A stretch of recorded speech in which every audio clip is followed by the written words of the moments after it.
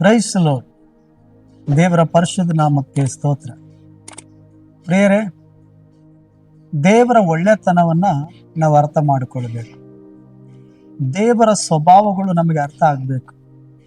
ದೇವರ ಪ್ರೀತಿ, ದೇವರ ಕ್ಷಮಾಪಣೆ, ದೇವರು ಯೋಗ್ಯತೆ ಇಲ್ಲದವರಾದ ನಮಗೆ ತೋರಿಸುವಂಥ ಕೃಪೆ, ಇದು ನಾವು ಆತನ ಒಳ್ಳೆತನವನ್ನು ಅರ್ಥ ಮಾಡಿಕೊಳ್ಬೇಕು. ಬನ್ನಿ, ಇಲ್ಲಿ ಭಕ್ತನು ಸುಂದರವಾದಂಥ ಒಂದು ಪ್ರಾರ್ಥನೆಯನ್ನು ಮಾಡ್ತಿದ್ದಾನೆ. ಕೀರ್ತನೆಗಳು 86ನೇ ಅಧ್ಯಾಯ 5ನೇ ವಚನ. ಕರ್ತನೇ, ನೀನು ಒಳ್ಳೆಯವನು, ಕ್ಷಮಿಸುವವನು, ನಿನಗೆ ಮೊರೆ ಇಡುವವರೆಲ್ಲರಲ್ಲಿ ಕೃಪಾಪೂರ್ಣನು ಆಗಿದ್ದೀಯಲ್ಲ. ನೋಡಿ, ಎಷ್ಟು ಸುಂದರವಾದಂಥ ಒಂದು ಪ್ರಾರ್ಥನೆ ಮಾಡ್ತಿದ್ದಾನೆ. ಕರ್ತನ ಒಳ್ಳೆತನವನ್ನ ನೆನೆಸಿ ಸ್ತುತಿಸ್ತಾ ಇದ್ದಾನೆ.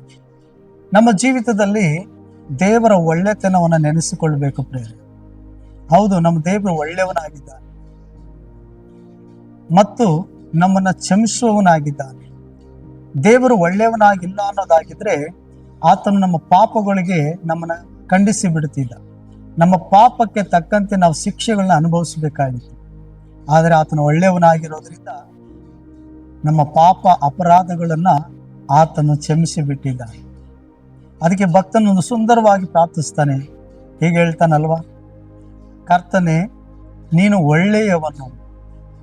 ಹೌದು, ನಾವೆಷ್ಟೋ ತಪ್ಪುಗಳನ್ನ ಮಾಡಿದ್ದೀವಿ, ಎಷ್ಟೋ ಅವಿದ್ಯರಾಗಿ ದೇವರಿಗೆ ವಿರೋಧವಾಗಿ ಜೀವಿಸಿದ್ದೀವಿ. ಆದರೆ ಒಂದನ್ನು ಕೂಡ ದೇವರು ನೆನಪು ಮಾಡಿಕೊಂಡು ನನ್ನನ್ನು ನಿಮ್ಮನ್ನು ಶಿಕ್ಷಿಸ್ತಿಲ್ಲ ಪ್ರೇರ, ದೂರ ತಳ್ಳಿಲ್ಲ, ನಮ್ಮನ್ನು ಮರೆತು ಬಿಡಲಿಲ್ಲ. ಅದು ಆತನ ಒಳ್ಳೆತನವಾಗಿದೆ. ಹೌದಲ್ಲ? ಕಳೆದ ವರ್ಷವೆಲ್ಲ ನಮ್ಮನ್ನು ಪರೀಕ್ಷಿಸಿಕೊಳ್ಳುವಾಗ ಗತಿಸಿ ಹೋದ ವರ್ಷಗಳಲ್ಲಿ ಎಷ್ಟೋ ದೇವರಿಗೆ ವಿರೋಧವಾಗಿ ನಾವು ಜೀವಿಸ್ತೇವೆ. ಆದರೆ ದೇವರ ಒಳ್ಳೆತನ ನಮ್ಮನ್ನ ತಪ್ಪುಗಳನ್ನೆಲ್ಲ ಕ್ಷಮಿಸಿ ಈ ಹೊಸ ವರ್ಷದಲ್ಲಿ ನಮ್ಮನ್ನು ನಡೆಸ್ತಿದ್ದಾರೆ, ಕಾಪಾಡ್ತಿದ್ದಾರೆ, ಅಗತ್ಯತೆಗಳನ್ನ ಪೂರೈಸ್ತಿದ್ದಾರೆ. ಇದು ಆತನ ಒಳ್ಳೆತನ. ಕೆಲವು ಸಾರಿ ಮನುಷ್ಯರು ನೋಡಿ, ಮನುಷ್ಯರು ಒಳ್ಳೆಯವರಾಗಿ ನಟಿಸ್ತಾರೆ. ಅವ್ರಿಗೇನಾದ್ರೂ ನಾವು ತಪ್ಪಾಗಿ, ಅವ್ರ ದೃಷ್ಟಿಗೆ, ಅವರ ಮನಸ್ಸಿಗೆ ಏನಾದ್ರೂ ಒಂದು ತಪ್ಪಾದ ಕಾರ್ಯಗಳು ನಮ್ಮಿಂದ ಕಂಡು ಬಂದರೆ ನಮ್ಮಿಂದ ಅಂತರವನ್ನು ಕಾಪಾಡಿಕೊಳ್ತಾರೆ ಮತ್ತು ನಮ್ಮ ಬಗ್ಗೆ ಅವರ ಅಭಿಪ್ರಾಯಗಳು ಚೇಂಜ್ ಆಗ್ತದೆ, ಬದಲಾವಣೆ ಆಗ್ತದೆ ಮತ್ತು ಅವರು ನಮ್ಮನ್ನು ನೋಡುವಂಥ ದೃಷ್ಟಿಕೋನ ಕೂಡ ಬದಲಾಗ್ತದೆ ಪ್ರೇರೆ. ನಮಗೆ ಸಹಾಯ ಮಾಡೋದಾಗ್ಲಿ ಎಲ್ಲವೂ ಕೂಡ ದೂರ ಆಗ್ತಾ ಹೋಗ್ತದೆ. ನಮ್ಮ ತಪ್ಪುಗಳನ್ನ ನೆನಪಲ್ಲಿಟ್ಟುಕೊಂಡಿರ್ತಾರೆ. ಯಾವುದಾದ್ರೂ ಒಂದು ಸಂಗತಿ ಕಾರ್ಯಗಳು ಬರುವಾಗ, ನಾವು ಅವ್ರಿಗೆ ನೆನಪಿಗೆ ಬರುವಾಗ, ಅವರ ಮುಂದೆ ನಾವು ಪ್ರತ್ಯಕ್ಷವಾಗುವಾಗ ನಮ್ಮ ಪಾಪಗಳು ಅವ್ರ ಕಣ್ಣು ಮುಂದೆ ಬರ್ತದೆ, ನಾವು ಮಾಡಿದ ತಪ್ಪುಗಳು ಅವ್ರ ಕಣ್ಣು ಮುಂದೆ ಬರ್ತದೆ. ಅವರು ಮರೆತು ಹೋಗಿರಲ್ಲ, ಅದು ನೆನೆಸ್ಕೊಳ್ತಾನೆ ಇರ್ತಾರೆ. ಆದರೆ ದೇವರ ಒಳ್ಳೆತನ ನೋಡಿ, ದೇವರು ನಿನ್ನನ್ನು ನಮ್ಮನ್ನ ನೆನಪು ಮಾಡಿಕೊಳ್ಳುವಾಗ ತನ್ನ ಒಳ್ಳೆತನದಲ್ಲಿ ಆತ ನನ್ನನ್ನು ನೋಡ್ತಾನೆ. ನೀನು ಕೆಟ್ಟವನು ಎಂಬುದಾಗಿ ನನ್ನನ್ನು ನೋಡಿದೆ. ಆತನ ಒಳ್ಳೆತನದಿಂದ ನನ್ನ ಮಗಳು, ಮಗ ಎಂಬುದಾಗಿ ಹೊಸತನದಲ್ಲಿ ನಮ್ಮನ್ನು ನೋಡ್ತಾನೆ, ಶುದ್ಧೀಕರಿಸುವಾಗೆ ನೋಡ್ತಾನೆ, ಅದ್ಭುತಗಳು ಮಾಡುವಾಗೆ ನೋಡ್ತಾನೆ, ನಮಗೆ ಬೇಕಾಗಿರೋ ಸಹಾಯ ಮಾಡುವ ರೀತಿಯಲ್ಲಿ ಆತನು ಯೋಚಿಸ್ತಾನೆ. ನಾನು ಹೇಗೆ ನನ್ನ ಮಗಳಿಗೆ ಸಹಾಯ ಮಾಡು, ಹೇಗೆ ನನ್ನ ಮಗನಿಗೆ ನಾನು ಸಹಾಯ ಮಾಡ್ಬೋದು, ಯಾವ ವಿಷಯದಲ್ಲಿ ಅವರು ನನಗೆ ಸಹಾಯವನ್ನ ಎದುರು ನೋಡ್ತಿದ್ದಾರೆ ಎಂಬುದಾಗಿ ಆತನ ಅಪೇಕ್ಷೆ ಪಡ್ತಾನೆ, ಎದುರು ನೋಡ್ತಾನೆ ಪ್ರೇರೆ. ಆತನ ಒಳ್ಳೆತನವನ್ನು ಅರ್ಥ ಮಾಡಿಕೊಳ್ಬೇಕು. ಇಲ್ಲಿ ಸುಂದರವಾಗಿ ಭಕ್ತನು ಕರ್ತನನ್ನ ಅರ್ಥ ಮಾಡ್ಕೊಂಡಿದ್ದ ರೀತಿ ನೋಡಿ ಅದಕ್ಕೆ ಇಲ್ಲಿ ವರ್ಣಿಸ್ತಾನೆ.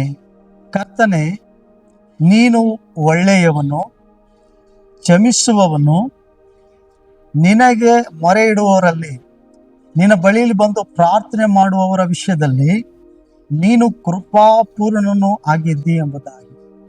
ಹೌದು ಪ್ರೇರೆ, ದೇವರ ಒಳ್ಳೆತನ, ದೇವರ ಕ್ಷಮಿಸುವಿಕೆ, ದೇವರ ಬಳಿಯಲ್ಲಿ ಬಂದು ಪ್ರಾರ್ಥನೆ ಮಾಡುವಾಗ ಆತನು ನಮ್ಮ ಮೇಲೆ ತನ್ನ ಕೃಪೆಯನ್ನು ಅಪಾರವಾಗಿ ತೋರಿಸ್ತಾನೆ.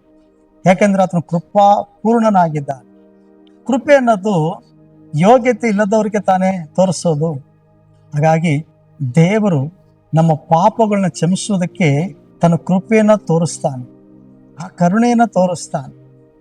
ದೇವರ ಒಳ್ಳೆತನಗಳನ್ನು ಅರ್ಥ ಮಾಡ್ಕೋಬೇಕು. ಎಷ್ಟೋ ಜನ ತಪ್ಪು ಮಾಡಿದ್ದೀವಿ ಅಂತ ಹೇಳಿ ದೇವರಿಂದ ದೂರ ಆಗ್ಬಿಡ್ತಾರೆ. ದೇವರು ಕಠಿಣ ಮನಸ್ಸುಳ್ಳವನು, ಶಿಕ್ಷಿಸುವ ಆತನು ಅಂತೇಳಿ ತಪ್ಪಾಗಿ ಅರ್ಥ ಮಾಡ್ಕೊಳ್ತಾರೆ. ಕೆಲವರು ದೇವರನ್ನ ಸರಿಯಾಗಿ ಅರ್ಥ ಮಾಡ್ಕೊಳ್ದೆ, ಆತನ ಒಳ್ಳೆತನ ಅರ್ಥ ಆಗದೆ ಗುಣಗುಟ್ಟುತ್ತಾ ಇರ್ತಾರೆ. ಮನಸ್ಸಲ್ಲಿ ಎಲ್ಲಾ ಕಾರ್ಯಗಳು ಮಾಡ್ತಾ ಇರ್ತಾರೆ, ಆದ್ರೆ ಮನಸ್ಸಲ್ಲಿ ದೇವರಿಂದ ದೂರವಾಗಿರ್ತಾರೆ. ಪ್ರಿಯರೇ, ದೇವರ ಒಳ್ಳೆತನ ಏನಂದ್ರೆ ಆತನು ಕ್ಷಮಿಸುವವನಾಗಿದ್ದಾನೆ, ಮತ್ತೆ ಆತನು ಪ್ರಾರ್ಥನೆಯನ್ನು ಕೇಳುವವನಾಗಿದ್ದಾನೆ, ಮತ್ತು ಆತನು ಕೃಪೆಯನ್ನು ತೋರಿಸುವವನಾಗಿದ್ದಾನೆ. ನೀವು ಯಾವ ಪರಿಸ್ಥಿತಿಯಲ್ಲಿ ಇದ್ದೀರಿ, ನೀವು ಯಾವ ಪರಿಸ್ಥಿತಿಯಲ್ಲಿ ನೀವು ಹಾದು ಹೋಗ್ತಿದ್ದೀರಿ ಪ್ರಿಯರೇ, ಯಾವುದಾದ್ರೂ ಮನ ವೇದನೆಯಲ್ಲಿ ಸೋತು ಹೋಗಿದ್ದೀರಾ, ಕಣ್ಣೀರಲ್ಲಿದ್ದೀರಾ, ದುಃಖದಲ್ಲಿದ್ದೀರಾ, ಯಾವುದೋ ಒಂದು ತಪ್ಪಿನ ನಿಮಿತ್ತವಾಗಿ ನಿಮ್ಮ ಒಳ ಮನಸ್ಸಾಕ್ಷಿ ಚುಚ್ಚುತ್ತಾ ದೇವರಿಂದ ಸ್ವಲ್ಪನೇ ದೂರ ಆಗ್ತಾ ಹೋಗ್ತಿದ್ದೀರಾ, ಕರ್ತನ ಒಳ್ಳೆತನವನ್ನು ಅರ್ಥ ಮಾಡ್ಕೊಳ್ಳಿ. ಕರ್ತನ ನಿಶ್ಚಯವಾಗಿ ಅದರಿಂದ ನಿಮ್ಮನ್ನ ಬಿಡುಗಡೆ ಮಾಡಲಿಕ್ಕೆ ಶಕ್ತನಾಗಿದ್ದಾನೆ, ನಿಮ್ಮನ್ನು ಕ್ಷಮಿಸ್ತಾನೆ. ನೀವು ಆತನ ಬಳಿಗೆ ಬಂದು ಪ್ರಾರ್ಥಿಸೋದಾದ್ರೆ, ನಿಮ್ಮ ಪಾಪಗಳನ್ನ ಒಪ್ಪಿಕೊಂಡು ಅರಕೆ ಮಾಡಿ ಬಿಟ್ಟು ಬಿಡೋದಾದ್ರೆ, ನೀವು ಮನ ತಿರುಗೋದಾದ್ರೆ, ನಿಶ್ಚಯವಾಗಿ ದೇವರು ನಿಮಗೆ ಸಹಾಯ ಮಾಡ್ತಾನೆ. ಬನ್ನಿ, ದೇವರ ವಾಕ್ಯನ ಆಶೀರ್ವದಿಸಲಿ. ಪ್ರಾರ್ಥಿಸೋಣ. ಪ್ರೀತಿ ಸ್ವರೂಪನಾದ ದೇವರೇ, ನೀನು ಒಳ್ಳೆಯವನು, ಒಳ್ಳೆಯವನು, ಒಳ್ಳೆಯವನು ಸ್ವಾಮಿ. ನೀನು ಒಳ್ಳೆಯವನಾಗಿದೆಯಪ್ಪ. ನೀನು ಕ್ಷಮಿಸುವಂತ ದೇವರು. ನಿನ್ನಲ್ಲಿ ಬಂದು ಪ್ರಾರ್ಥಿಸುವವರಿಗೆ ಕೃಪಾ ಪೂರ್ಣನಾಗಿದ್ದು ಕರ್ತನೆ ಮನಮರುಗಿ ಅದ್ಭುತಗಳು ಮಾಡುವ ದೇವರು. ಯಾರನ್ನು ತಳ್ಳಿ ಬಿಡದಿರುವಂತ ಒಳ್ಳೆಯ ದೇವರು ನೀನಾಗಿದ್ದಿ. ಯಾರೆಲ್ಲ ನಿನ್ನ ಬಳಿಯಲ್ಲಿ ಬಂದು ತಮ್ಮನ್ನು ಒಪ್ಪಿಸಿಕೊಟ್ಟು ಪ್ರಾರ್ಥಿಸಿದ್ದಾರೋ ಅವರ ಕಣ್ಣೀರುಗಳು ಒರೆಸಲ್ಪಡ್ಲಿ. ಅವರಿಗೆ ಸಹಾಯ ಮಾಡು. ಅವರ ತಪ್ಪಿನ ಮನೋಭಾವನೆಗಳಿಂದ ಹೊರಗಡೆ ಬರಲಿ. ಅವರ ಪಾಪಗಳನ್ನು ಕ್ಷಮಿಸಿ ಬಿಡು ಸ್ವಾಮಿ. ನೀನೇ ಅಲ್ವಾ ಮನುಷ್ಯರ ಪಾಪಗಳನ್ನ ತೊಳೆಯುವಂತ ಯಜ್ಞದ ಕುರಿಯಾಗಿದೆಯಲ್ಲ. ನಿಮ್ಮ ರಕ್ತವು ಸಕಲ ಪಾಪವನ್ನು ತೊಳೆದು ಶುದ್ಧಿಪಡಿಸ್ತದೆ ಅಂತ ಹೇಳಿದ ಹಾಗೆ ಅವರನ್ನು ಕ್ಷಮಿಸಿ ಶುದ್ಧೀಕರಿಸಿ ನಿನ್ನ ಮಕ್ಕಳಾಗಿ ಸ್ವೀಕರಿಸಿ ನಡೆಸು. ಯೇಸು ನಾಮದಲ್ಲಿ ತಂದೆಯಾದ ದೇವರೇ, ಆಮೆನ್. Price the lord. ದೇವರು ನಿಮ್ಮನ್ನು ಆಶೀರ್ವದಿಸಲಿ.